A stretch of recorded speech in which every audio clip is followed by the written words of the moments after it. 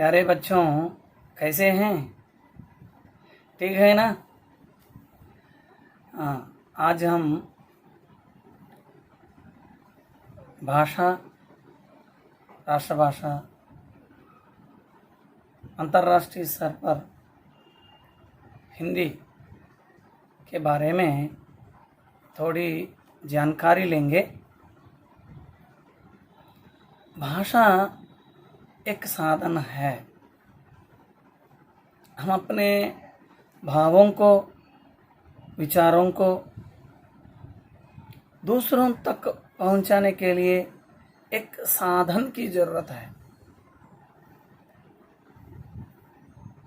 इस साधन को हम भाषा के रूप में देखा जाता है। भाषा शब्द भाष धातु से बना है, जिसका अर्थ है बोला जाए। भाषा की उत्पत्ति कैसे हुई? सबसे पहली भाषा क्या है, यह बताना मुश्किल है। भाषा का विकास धीरे धीरे हुई है। संसार में अनेक भाषाएं हैं। लगभग 1700 के आसपास की भाषाएं हैं। हमारे भारत में तो 700 के आसपास भाषाएं बोली जाती हैं। कई भाषाओं को लिपि नहीं है।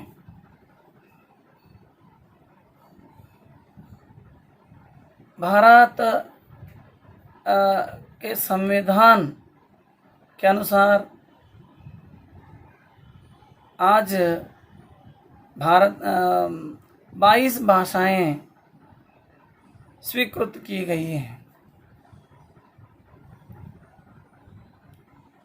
भाषा आजीविकी है। पशु पक्षी की भी अपनी भाषा है। चींटियों की अपनी भाषा है। जंतुओं की अपनी भाषा है। माने अपने अंदर की जो पीड़ा, व्यथा, दुख, सुख जो भी हो मन का, इनकी अभिव्यक्ति कुछ ध्वनियों के माध्यम से होती है। इन ध्वनियों की जो अभिव्यक्ति है उसको हम भाषा कहते हैं। भाषा परिवर्तनशील है। भाषा पुराने जमाने में जैसा है आज वैसा नहीं होता है। निरंतर चलने वाली एक धारा है भाषा।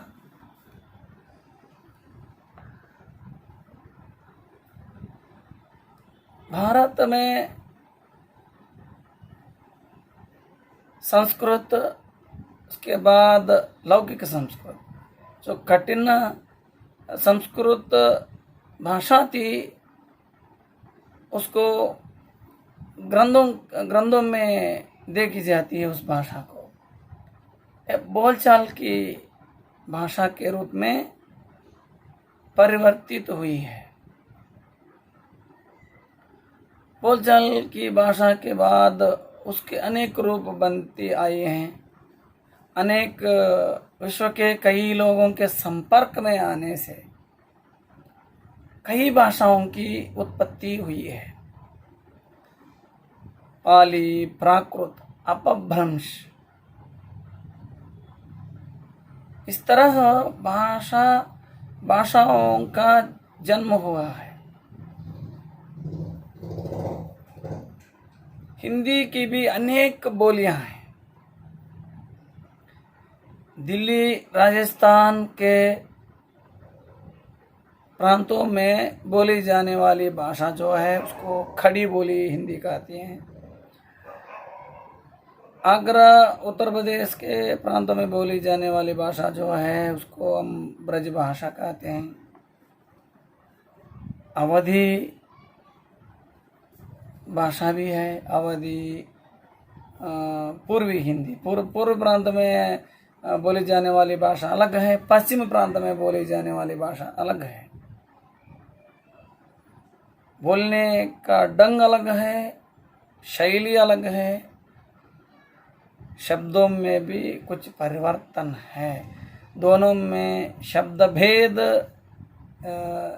दिखाई देती है ना। हिंदी एक सशक्त भाषा है।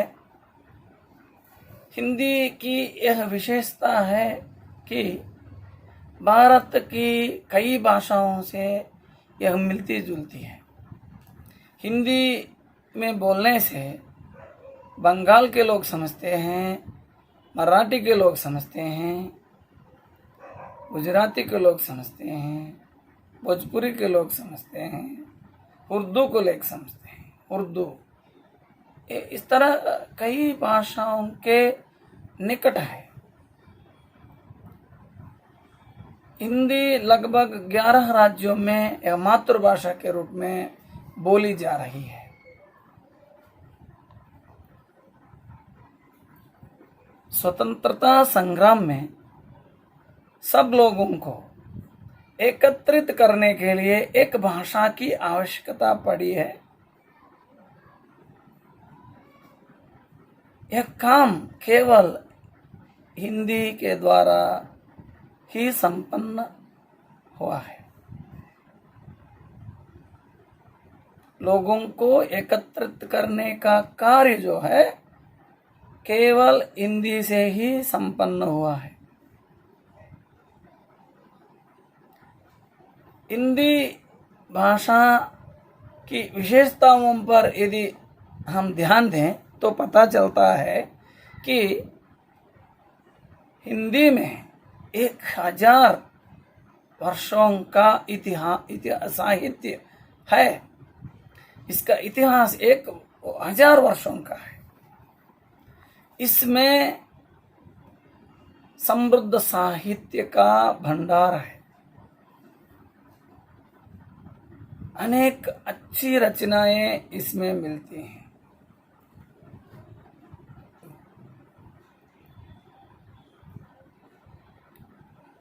हिंदी एक सुलभ भाषा है, आसानी से सीख सकते हैं। इस भाषा की यह विशेषता है कि इसमें जो लिखा जाता है वही पढ़ा जाता है।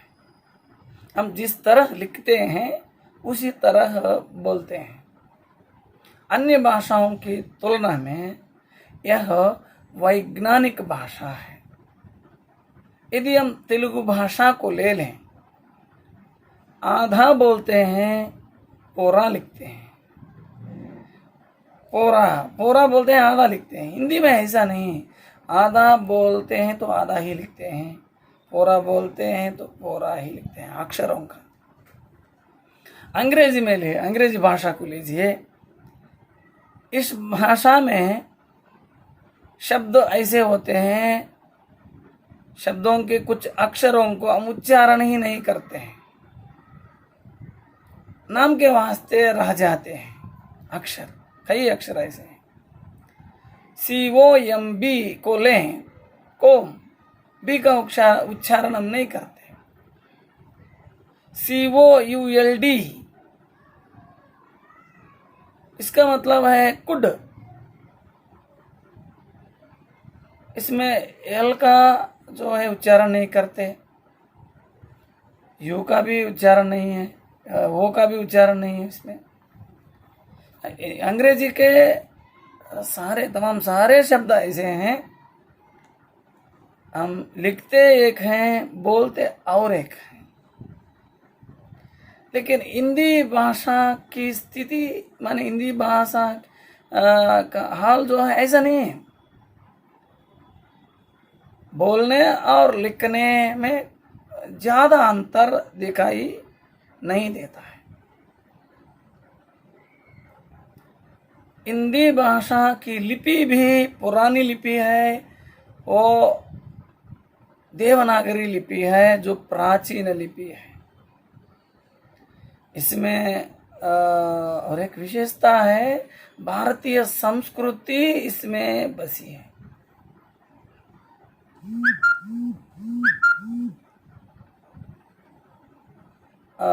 मैंने समाज को एक अच्छा दिशा दिखाने में हिंदी का महत्वपूर्ण भूमिका हम देखी जाती है। हिंदी साहित्य में सभी प्रकार के समाज के अवसरों को निपटने की शक्ति इस भाषा में। आज हम साधारण जनता के साहित्य को भी देखे जाते हैं, दलित साहित्य के नाम पर। आम जनता का साहित्य, उपेक्षित शोषित जनता का साहित्य, उनकी संस्कृति, उनकी भाषा, उनकी रहन सहन, ये सभी संस्कृति, उनकी संस्कृति और उनका जीवन हम इस दलित साहित्य के माध्यम से जान सकते हैं।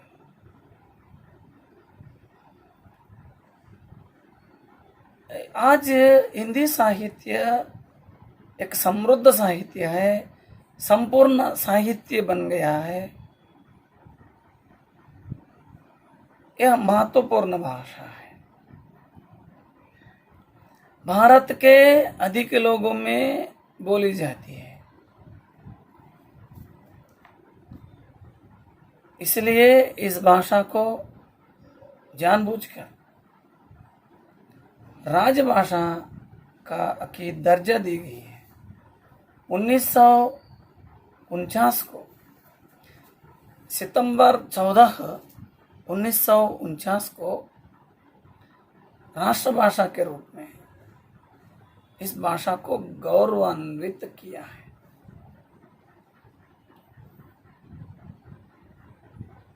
संविधान के द्वारा 22 भाषाएं स्वीकृत हैं, सभी राष्ट्रभाषाएं हैं।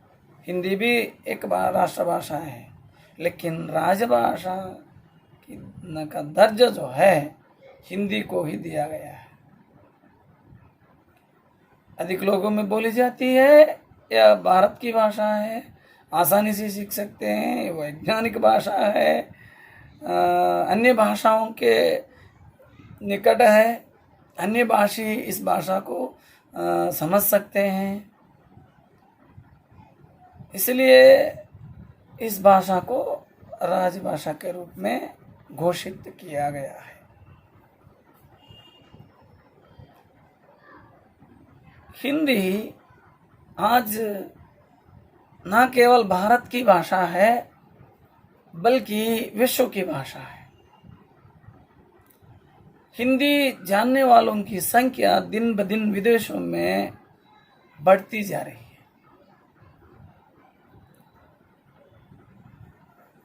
Kuwait, Qatar, Saudi Arabia,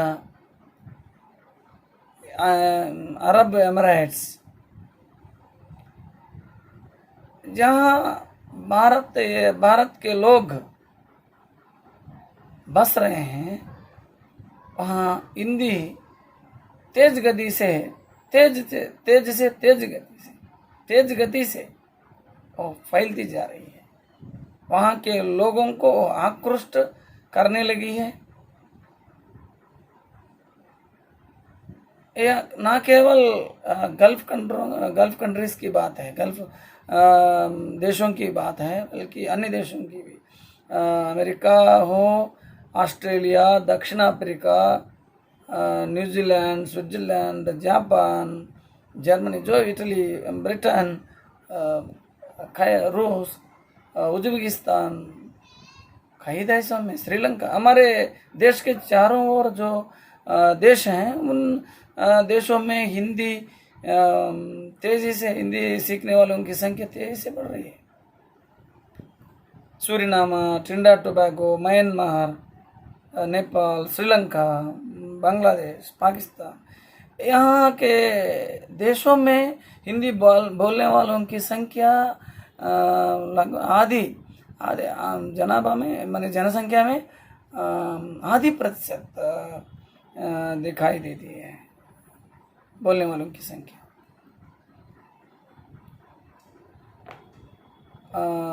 Hindi सीखने से कई लाभ हैं। हिंदी सीखने से लोगों के बीच में आपसी व्यवहार आसानी से कर सकते हैं, एक दूसरे से मिल सकते हैं, देश विदेश में कहीं घूम सकते हैं, अपनी नौकरी कर सकते हैं, इसके द्वारा नौकरी भी हम पा सकते हैं। हिंदी सीखने से कई नौकरियां मिलती हैं।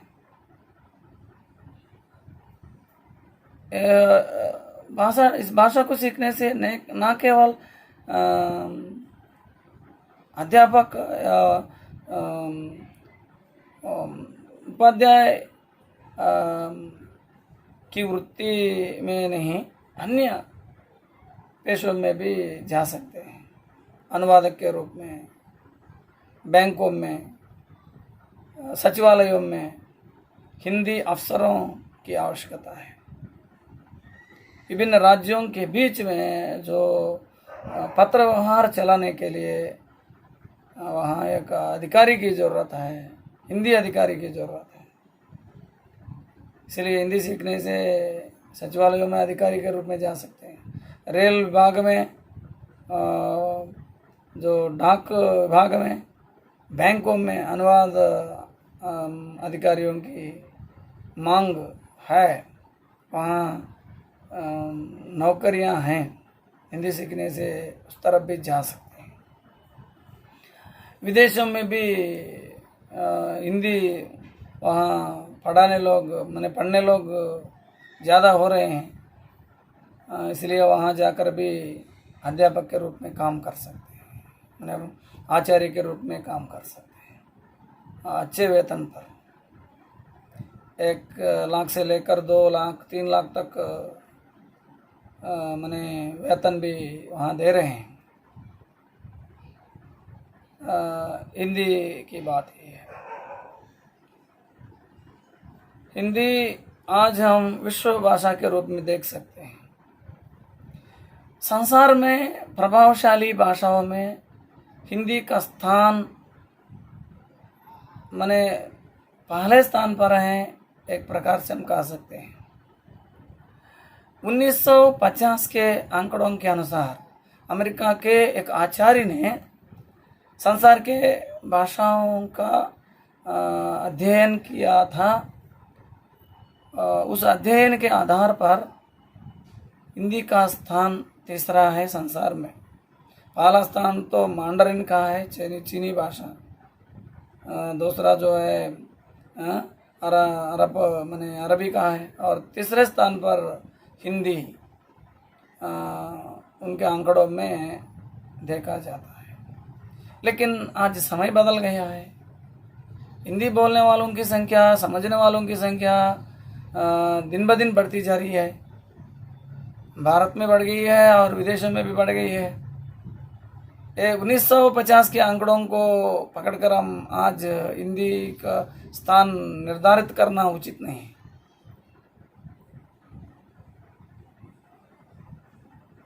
इसलिए इस अध्ययन फिर से शुरू होने की ज़रूरत है, फिर से अध्ययन होने की ज़रूरत है। विश्व की भाषाओं का अध्ययन की ज़रूरत है। संसार में ज़्यादा बोलने वाली भाषा क्या है, इसका अध्ययन होना अत्यंत आवश्यक है आज के ज़माने में। निस्संदेह हिंदी पहला स्थान पर अवश्य रहेगी, इसमें कोई संदेह नहीं है। ये हिंदी की बात है,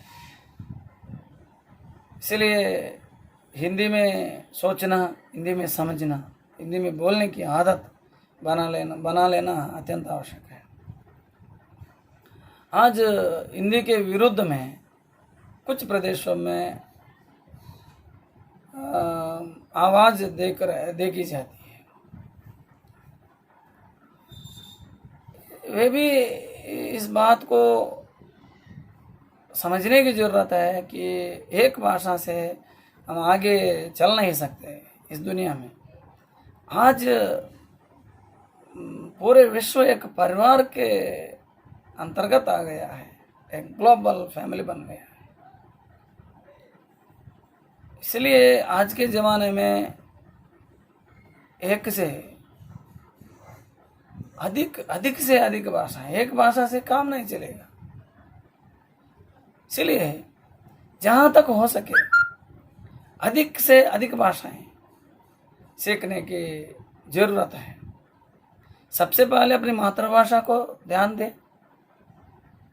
उसको मत भूलिए। मातृभाषा पर अपना अधिकार होना अत्यंत आवश्यक है।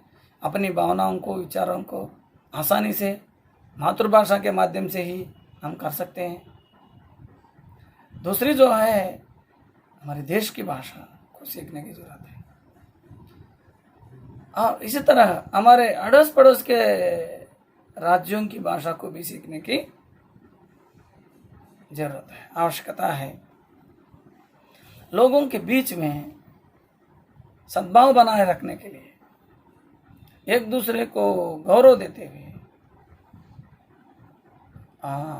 दूसरों की भाषा को भी सीखना उचित है। हम आज देख रहे हैं संसार में कई भाषाएं हैं, माने कई भाषाओं में साहित्य का भंडार है। एक दूसरे का आदान प्रदान करना, अनुवाद के जरिए से लोगों के विचारों को, भावनाओं को समझना अत्यंत आवश्यक है। एक दूसरे के साथ हाथ बांटाते हुए चलना आवश्यक है। जीवन को सुखमय बनना आवश्यक है। एक दूसरे को गौरव देने से, एक दूसरे को समझने से, मान सम्मान की ओर जाने से जीवन सुखमय बनता है। इस दिशा में अग्रसर होना अत्यंत आवश्यक है। यही मैं आज आपके सामने प्रस्तुत करने आया हूँ। ये 10वीं कक्षा में छठवां पाठ के रूप में हिंदी को रखा गया है। अंतर्राष्ट्रीय स्तर पर हिंदी नामक शीर्षक है। शीर्षक के नाम पर हिंदी के महत्व के बारे में बताया गया है। इसमें अंतर्राष्ट्रीय स्तर पर हिंदी का रूप जो है उसको इसमें हम देख सकते हैं। इसमें हिंदी सीखने की आवश्यकता, अंतर्राष्ट्रीय स्तर पर हिंदी का महत्व हम इसमें देख सकते हैं। हिंदी सीखने से प्रयोजन भी इसमें हम देख सकते हैं। हिंदी भाषा में आज न केवल भारत में साहित्य हो रहा है, बल्कि विदेशों में भी रचनाएं हो रही हैं। विदेशी लोग भी हिंदी में रचनाएं कर रहे हैं। हिंदी की रचनाएं अपनी भाषा में अनुवाद कर रहे हैं, अपनी भाषा की रचनाएं हिंदी में अनुवाद कर रहे हैं। इस तरह हिंदी का स्वरूप बढ़ता जा रहा है। अनेक संस्थाएं हिंदी के प्रचार प्रसार में जुटी हुई हैं। स्वतंत्रता के बाद महात्मा गांधी ने हिंदी के प्रचार के लिए बहुत ध्यान दिया था। उनके प्रति हम आभार व्यक्त करना अत्यंत आवश्यक है। उनके पुत्र को चेन्नई भेजा था, मद्रास भेजा था, दक्षिण भारत हिंदी प्रचार सभा के माध्यम से हिंदी को व्याप्त करने के उद्देश्य से उनको वहाँ भेजा था। और अपने जो अनुचर जो हैं, मुख्य अनुचरगण जो हैं, उनको भी काका कलेलकर जी को वारदा को भेजा है। वारदा में उन्होंने हिंदी व्याप्ति के लिए प्रयास किया है। आज भारत सरकार के द्वारा हिंदी की व्याप्ति के कदम बढ़ाया जा रहा है। सरकार यह काम कर रही है। हिंदी हमारी शान है। हिंदी से प्रेम करना, हिंदी सीखना हमारे लिए अत्यंत आवश्यक है। राष्ट्रभाषा है हमारी हिंदी, उत्तर दक्षिण की संधि, भारत माता की बिंदी, मानवता की मेहंदी।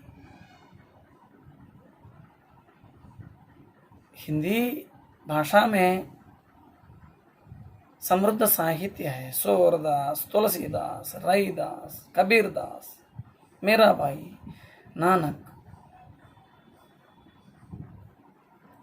जयशंकर प्रसाद है, सुमित्रानंदन पंत, निराला, कई रचनाकार ऐसे हैं। माने लोक साहित्य के कवि भी हैं, रचनाकार भी हैं, विद्यापति हैं, जगनिक हैं। कई रचनाकारों को हम देखते हैं। उस समय की स्थितियों को, सामाजिक स्थितियों को अपनी रचनाओं के माध्यम से व्यक्त किया। कई रचनाकारों की रचनाओं से हमें उस समाज को हम जान सकते हैं। हिंदी इसलिए राष्ट्र कवि डॉक्टर रामधारी सिंह दिनकर जी कहते हैं, हिंदी तोड़ने वाली भाषा नहीं, जोड़ने वाली भाषा है। हम आशा कर सकते हैं हम सब हिंदी के साथ सद्भाव बनाए रखें, उसका आदर करें, उस भाषा के प्रति प्रेम को बनाए रखें। बहुत धन्यवाद।